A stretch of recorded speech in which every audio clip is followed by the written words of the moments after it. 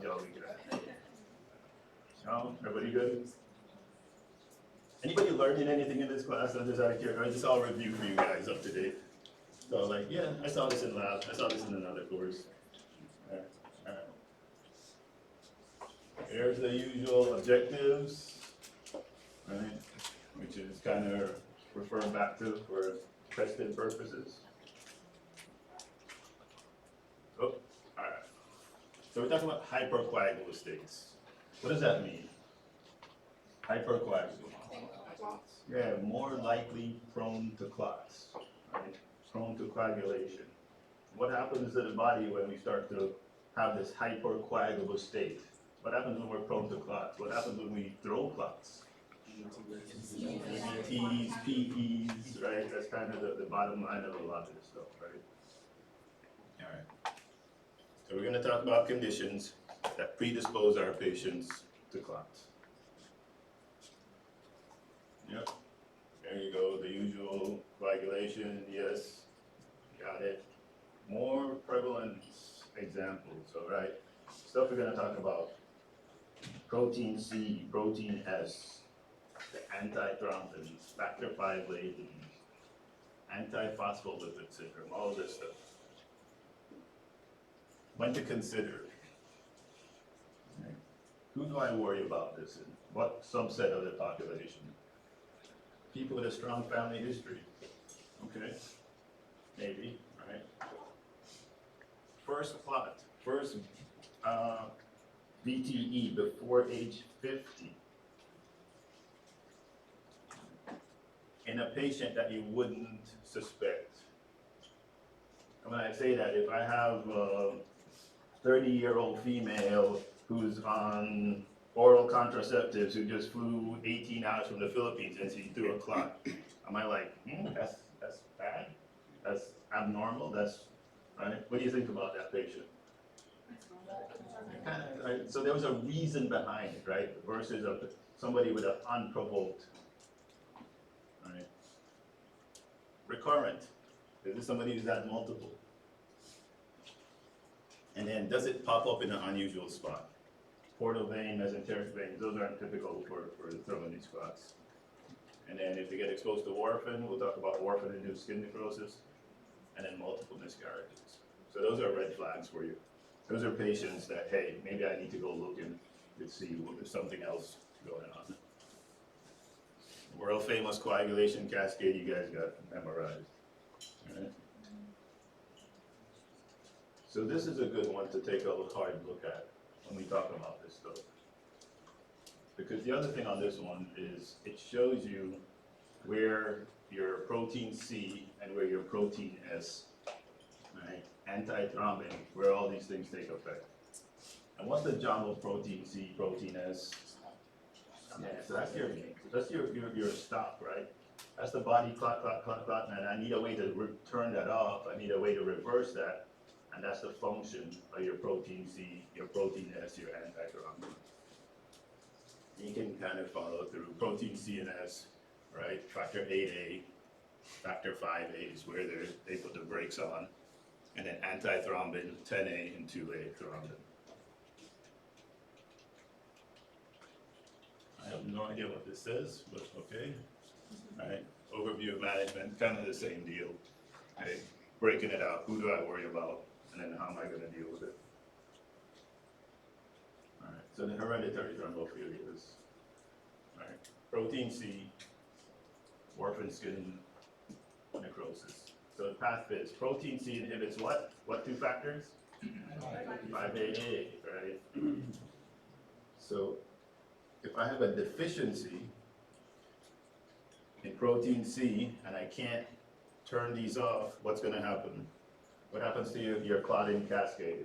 It just continues going. I don't have a mechanism to turn it off. And that's what's going on with your protein C deficiency. I can't inhibit these two factors. I can't slow down the clotting cascade. So I continue to clot. So now I'm throwing clots.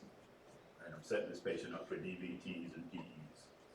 Clinical presentation. Warfarin, so we'll talk about warfarin a little bit later on and the protein C.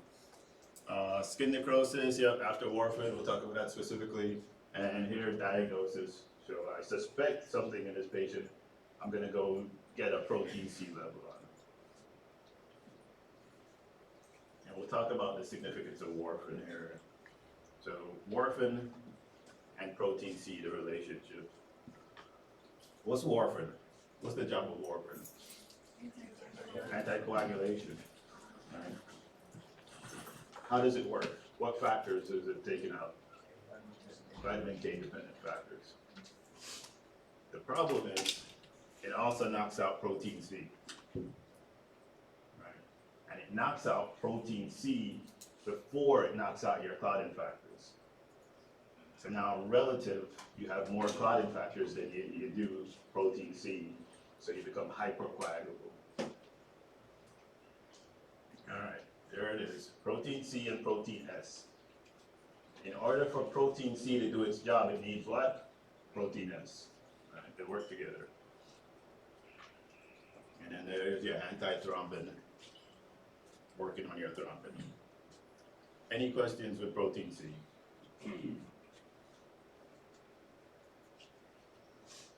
And this is a whole lot of stuff on here, right?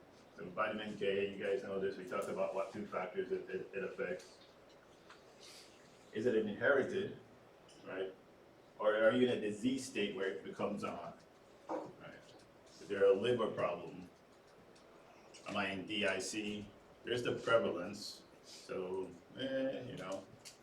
Are you gonna screen everybody walking through the door for these things? No, right? We talked about the risk factors that would suggest why you would need to screen. And then treatment is some.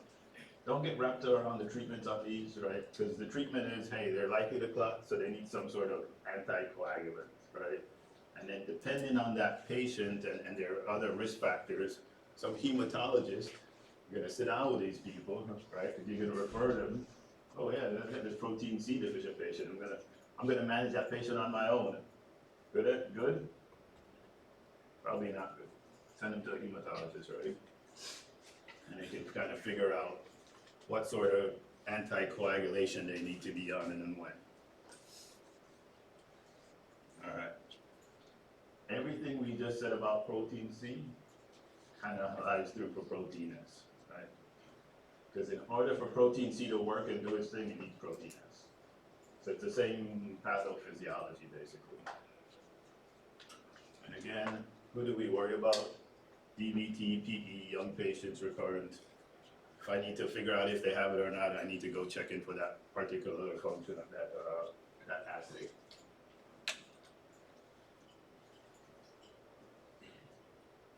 Protein C, protein S, kind of one and the same. Same.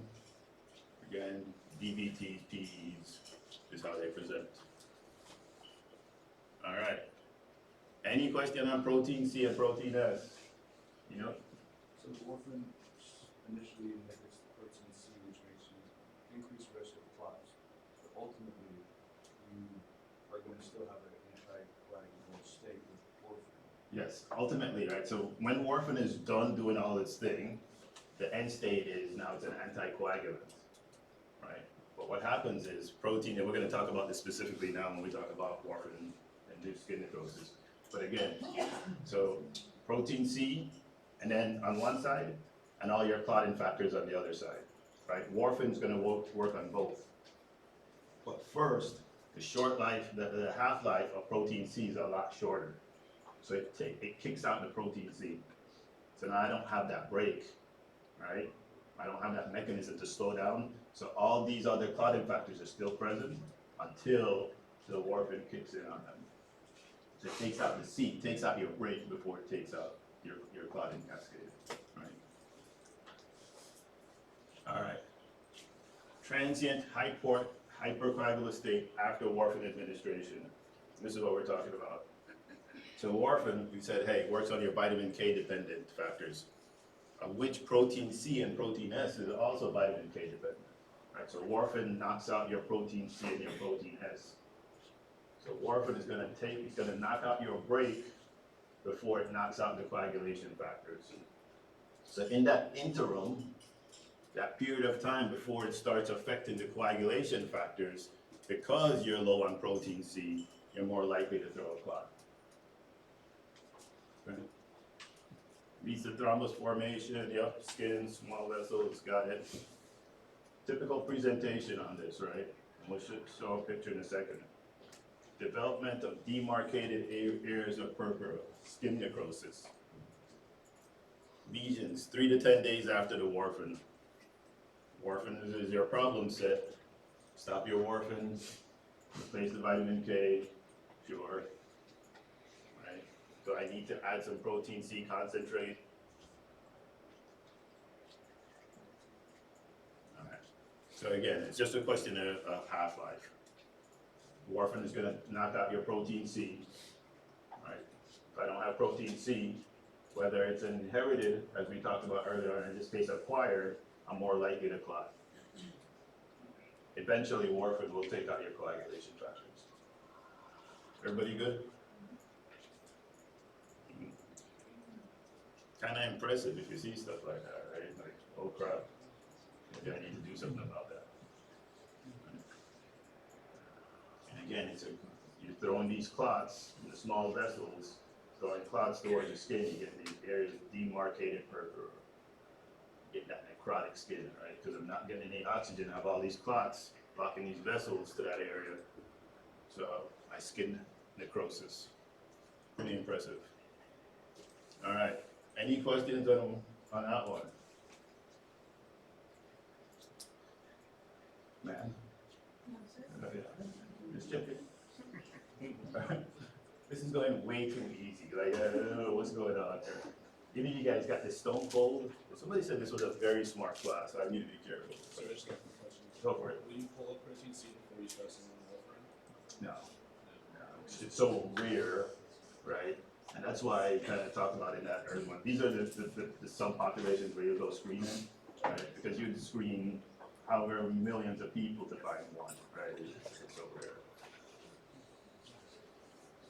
All right, moving on. Next one up. Antithrombin. What does antithrombin work in the coagulation cascade? Factor 2A. Factor 2A, factor 10A. Alright. So if I don't have that antithrombin, what's going to happen? These factors are going to continue to do their thing, I'm going to continue to clot. Right? So again, this is another deficiency that could be inherited, it could be acquired. And all of these, the presentation is the same, right? We worry about these increase of this hypercoagulable state, we're more likely to throw a clot, which is going to result in DVT or PE. And how do you diagnose? You get the acid. And if the problem is clotting, then management for all of these is some sort of anticoagulant. Sir, is there like a panel when someone does have a DVT or PE that you can just select for all those assays to be on there, or do that individually? Yeah, so typically not, right? And that's the thing. You're gonna have to kind of do a little bit of clinical judgment, and there's some that you're gonna worry about, right? And these are the ones, like protein C, protein S, factor V blading, one of the more common ones. And that's where you're typically gonna start if you're truly worried about one of these. And then when we talk about the antiphospholipid antibody, it has an association with miscarriages. So if I have people with multiple miscarriages, that's probably the first one I'm gonna take off the table. But typically there's not a panel. Because most of these are like a bunch of like send out labs that you're gonna end up having to do. And the usual stuff right here. Again, prevalence, right? 0.02 to 0.2%, right? So low. Evaluation, sure. Diagnosis, yep, you're gonna go looking for it. And then how are you gonna treat? Either I'm gonna replace that particular factor, right? I'm gonna give you something widespread. All right, factor V blading. This is another very common one. In fact, the most common inherited one. Right? So path is mutation in factor V makes it resistant to protein C.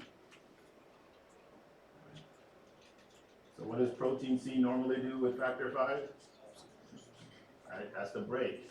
In this case, I got this factor V, this mutation, that's eating its weenies. It's super strong, so when protein C comes around, it doesn't care. So it continues the coagulation cascade, right? Essentially, it's immune to the effects of protein C.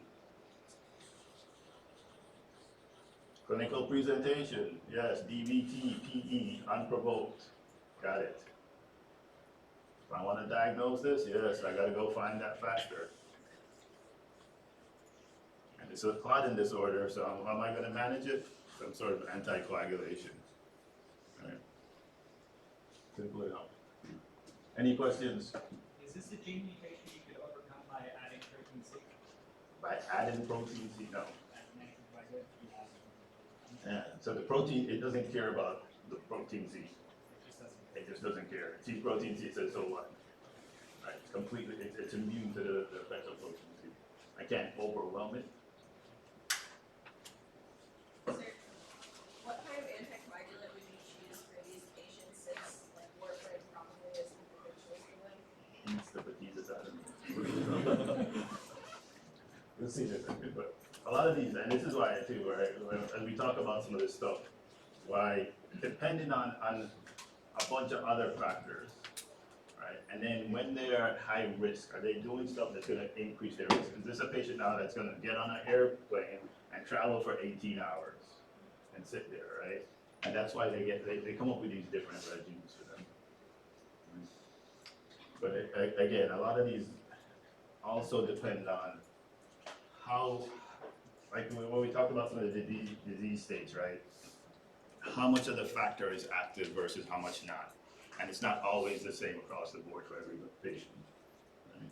Is it 20% active? Is it 5% active? Right? Anticoagulation protocol. Yeah, sure. Right. So again, what's the risk associated with this patient?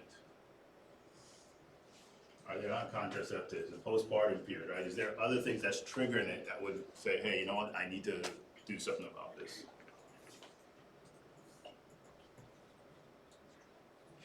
Moving on. Prothrombin gene mutation. So like factor V laden, this is another mutation. In this case, it's gonna increase the amount of prothrombin you have.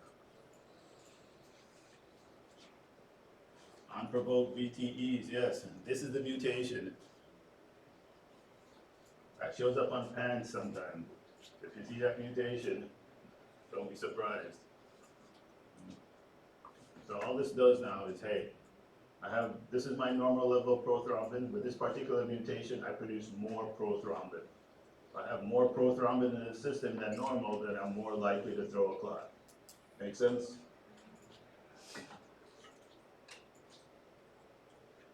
Yeah, point mutations, prevalence, and like everything else we were talking about here, increased risk for PE, DVTs. No shockers there. And some sort of anticoagulation protocol, whatever the hematologist says. Yeah. Any questions on any of the ones we've covered so far? Fairly straightforward in my mind, but my mind is seeing this 4,000 times by now, right? So, good?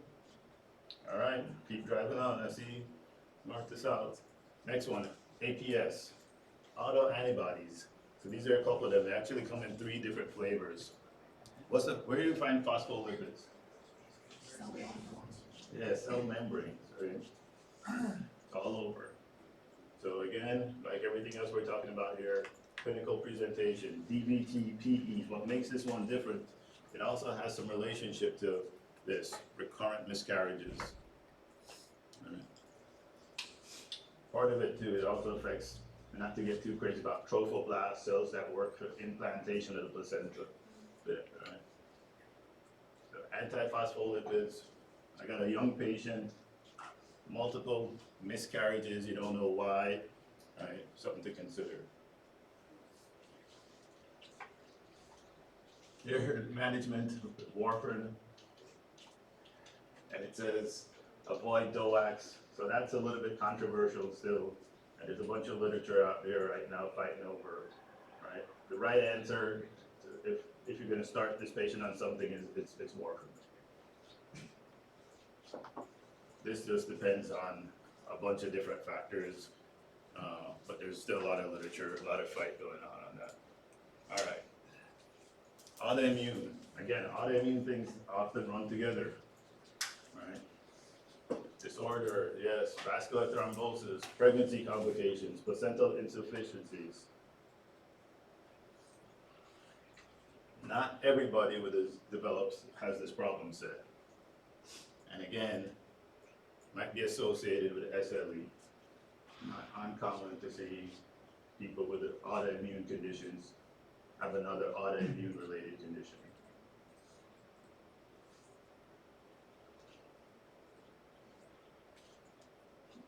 And that's kind of what we talked about a little bit in terms of issues with pregnancy. So as it increases, it also affects the placenta and it affects the ability of the embryo to implant in the placenta. Who's this associated with? Early pregnancy loss, yeah, got it. Clinical suspicion, libido reticularis, systemic autoimmune stuff. Again, all this stuff, right? Autoimmune conditions tend to run together.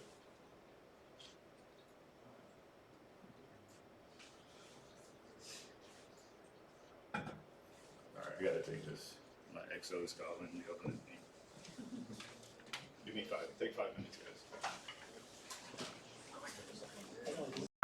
The thrombophilias. So at the end of the day, right, there's something going on. Either I lack something, a break, protein C, protein S, or I have more of something, of a coagulant. That's going to increase my risk of what? DVTs, PEs. And ultimately, how are you going to treat something if it's increasing your clotting risk? Anticoagulation. And that's that kind of stuff in a nutshell, right? And there it is. There's your chart. Protein C, protein S. Where do they affect? Right? And then what's the mechanism to get there? Good? Slide above it, that little border at the bottom, you don't have that? Is that okay? I'm going to be sure to write a test question on anything that's not, you guys don't have. So the point of this is just, again, sort of the reminder, right, that, hey, all these autoimmune things tend to run together. Right? And with an antiphospholipid, it's not uncommon for this to be a patient with SLE. Go ahead. Good. All right, more acquired stuff, right? Coagulopathy of liver disease. What does the liver do? What's the liver's role in coagulation? Right. Produces the procoagulants. It also produces the anticoagulants, the anti-C, protein C, protein S. Right. So if my liver's not working and I'm not producing these in the right amounts, the right quantities, right, or there's something wrong with them, I'm producing them, but they're jacked up, and then they can see where the problem set is. Clinical presentation, sure, varices, portal vein thrombosis. What labs do I use to measure my coagulation? PT, PTT, fibrinogen, right? All right, management, like everything else we talked about at this age. If I can treat the underlying disorder, then the problem set normally takes care of itself. In this case, we're talking about liver disease. Can I manage the liver disease? All right. You guys are all so thrilled. All right, first Charles triad. You guys know this, right? You've seen this before. Injury, stasis, the whole 9 yards. Right? Increased risk, like everything else we talk about in this lecture. Am I going to throw a clot? Am I going to end up with a DVT? Am I going to end up with a PE? Stasis, injury, the whole 9 yards. All right. Vascular wall injury. Common causes, trauma, yes. Heart valve disease, sure. Indwelling catheters, got it. Stasis, bed rest. Right? This person had surgery and they haven't been able to get out of bed for the last 4 weeks. Obesity. Polycythemia vera, we're going to cover in that final block when we get to oncology. What's polycythemia vera? I hear mumbles. Lots of red blood cells. Lots of red blood cells, right? So you have this high abnormal level of red blood cells, which creates this kind of hyperviscosity syndrome, right? You get sludge running through your veins, and stuff slows down, you're more likely to clot. And then pregnancy, we know, is a risk factor. Good. And then certain medications, right? Oral contraceptives, hormonal stuff. And then malignancy. Cancer, hypocoagulous state. DVTs, PEs, you guys know all this stuff, embolus, fragments. Anything new on any of this stuff? Nothing. I like it. All right. And then risk factors, right? And you can take a look at that chart, but intuitively at this stage, you guys kind of know who's at risk and who's not. All right. Prolonged immobilization, airplane rides, long drives, sure. Idiopathic, no inherited acquired cancer. So again, just more your risk factors. And that travel one is a real deal, as we all know. When I was covering the clinic in DJ, I got a contractor who flew in, female. As soon as she came straight to my clinic, and unfortunately for me, I was actually there that day, right? So, both legs, like calf pain, both legs swollen. I'm thinking, what's the chance she really has like bilateral friggin' DVTs, right? Just flew from the States, kind of heavy set, in her late 40s. Right, all right, let me break up my ultrasound here. Like, do I remember how to do this? Since I haven't done this in a while, right? I'm like, oh, check it, make sure. Sure enough, man, she had bilateral DVTs. Like, this is the stuff that kills me. So don't take it, right? Take it for, well, any of this stuff, right? High index of suspicion, take it seriously. Prove to yourself it's not madness, right? A big part of our job, right? Whether we're downrange or here or wherever, primary care stuff, and so, especially ER medicine, but our job is to make sure it's not the bad stuff, right? Convince yourself that it's not the bad stuff. If you can't convince yourself it's not the bad stuff, then you gotta do something about it. All right, always consider chest pain, dyspnea, hypoxia, right? Presentations. You guys doing ER now? I may not mess with you too much. What's the 6 things with chest pain that you have to take off the table?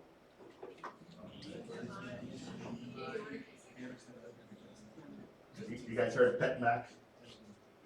So this is not a Joe Ball thing, this is actually an Army thing. This guy, Steve Carroll, an ER doc, right, uses PetMac. Once I heard that, I never forgot it. So the 6 things with chest pain. PE, E, esophageal rupture, T, tension, M, MI, A, aortic dissection, and C, what's C? Cardiac tamponade. Right. Typically, if you can get those 6 off your table, whatever it is, I got time. Right? You gotta take the badness off the table. All right. Always consider, right, these presentations. Is it a PE? Right. I get a patient syncope. Right? Did this patient just have a massive PE? You gotta be able to convince yourself it's not some of these things. Physical exam, general appearance, short vitals, respiratory, cardiac, right? So you're gonna do the whole 9 yards.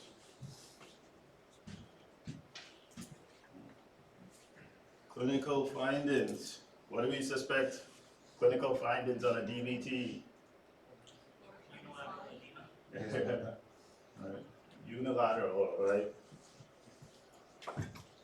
My lady had both, right? So does it happen? Yeah, it's rare, but again, just don't be fooled. What's Holman sign? Dorsiflex the foot. Does that cause pain or not? Yeah. And then your labs. CBC, sure. Coagulation stuff, sure. EKG findings. You guys talk about EKG and PE yet? Your S1, Q3, T3, renal function, blood gases. That hypercoagulable workup. Are you starting that? If you're working the ER and you got this patient Are you working that problem set? No, you don't care. Right, in that moment, your job is to stabilize, yada, yada. When they see primary care and follow-up at some point, and somebody else can initiate that workup. For us, more likely as primary care, you're seeing this patient follow-up from their ER visit, right? And this is your third PE in the last 2 years? Has anybody done this? No? Well, now I'm gonna be doing it. Again, those patient populations that we talked about in the opening of this that we consider high risk. D-dimer, what's your D-dimer? Fibrin degradation products. Alright, so we'll talk about when to D-dimer somebody and when to not. Imaging, sure, CT, right? So that's the gold standard, that's what you want, a CT. Some places still do VQ scans if they got no other choice. And then if rule out your DVTs, you guys know ultrasound, easy. Treatment, yes. Origin to warfarin, yes. Chronic kidney disease, so older patients who have poor renal function, just something to keep in the back of your mind, all right?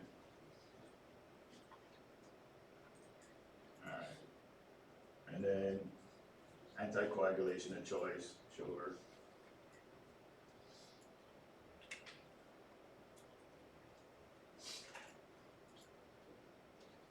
Good.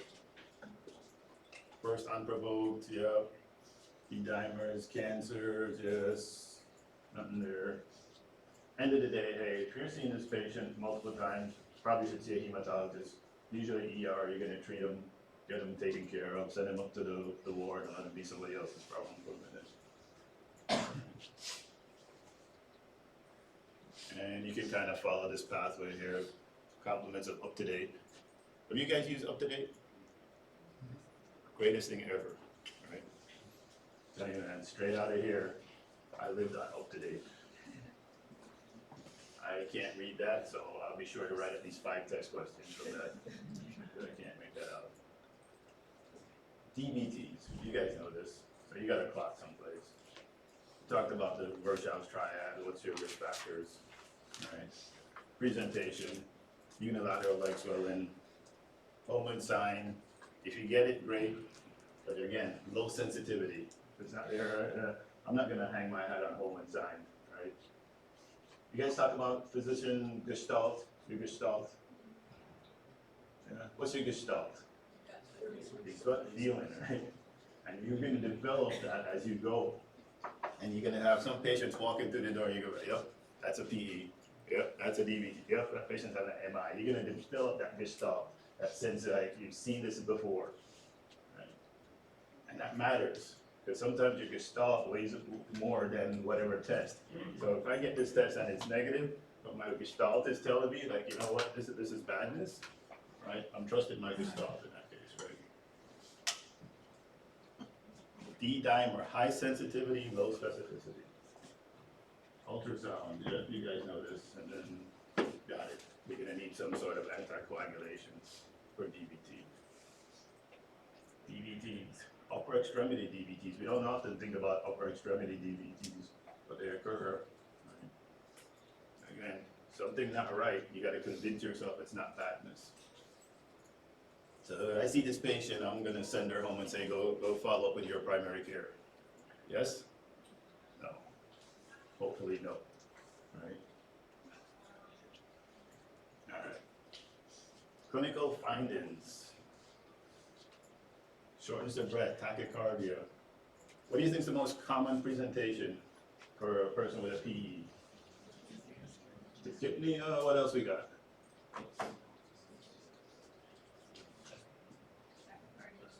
Tachycardia, okay. All right, we'll see if you guys are right. Most common ECG findings, yeah. I've seen this maybe once, and I think I talked myself into it, but I don't think I've ever really seen an S1Q3T3 in real life. Maybe that one. I was like pretty sure. All right, so there you go, right? Dyspnea at rest or with exertion. 73% of the time, this patients are presented with dyspnea. 66% of the time, pleuritic chest pain, cough, and if that's their only presenting sign, right, if you don't do a thorough sit down and really get a good history and a feel for this, could you miss that? Yeah, 100%, right? Again, this is where we have to do our due diligence. Calf pain, you're probably gonna catch on. Wheezing, right? Think of all the other things that could cause wheezing, right? Again, your history and your physical is gonna be key to getting to this diagnosis. Hemoptysis, right? If I see that, then I gotta figure out there's some badness somewhere, right? I'm not gonna walk away from that one. But a simple cough, simple wheezing, could I end up calling that something else and not going down that PE pathway, right? Something in that history, right? You guys are all gonna be great at taking history, should just stare in your mind to get you start thinking about PE. Here's your presented stuff, tachypnea, or tachycardia, rails, fever mimicking pneumonia. Right? Nobody ever called a PE pneumonia. Oh yeah, they have, right?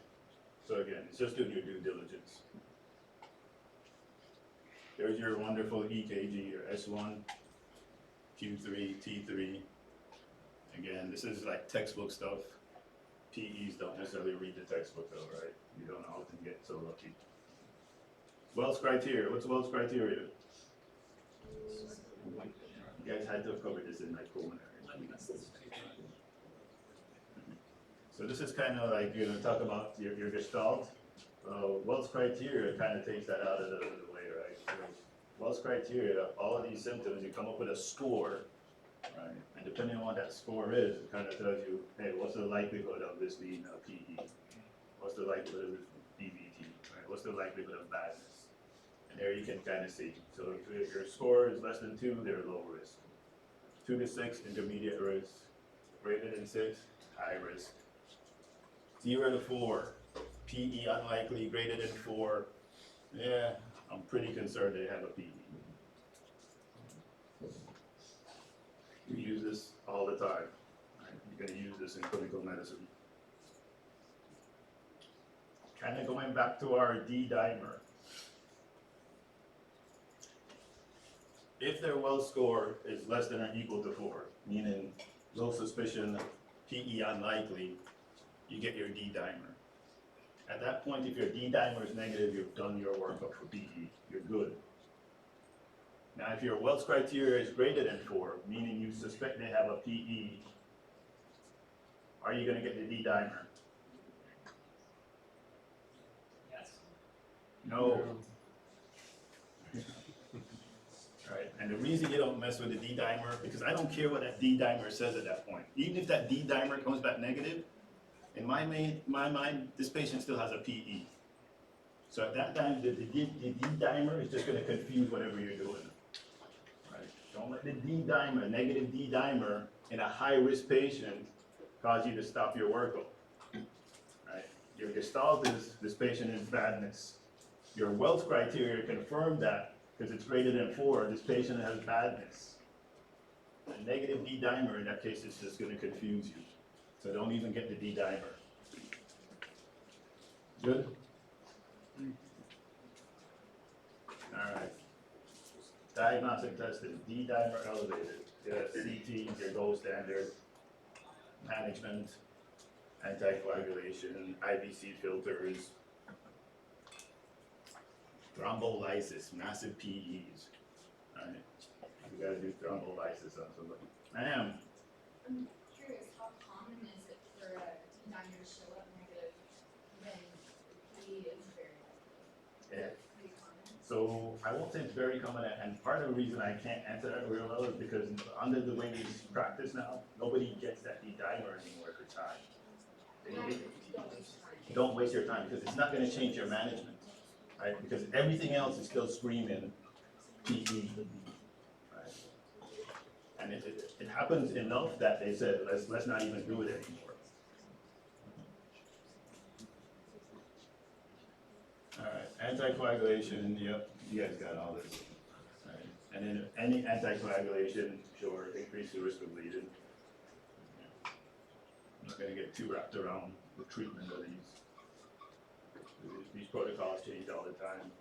PERC, have you guys talked about PERC yet in ER? No? So ER, we use this all the time. PE, rule out criteria. So if you answer all these questions on a patient and they're all negative, you're done. That's taken your, that's your PERC. Okay? And it's something they use in the ER all the time. So if any of those are positive, I can't PERC them out. Every single one of them have to be negative. If these are all no's, no's, no's, no's, no's, I'm done my workup. I'm taking PE off the table. Good. Non-pregnant, sure. What protocols? All right.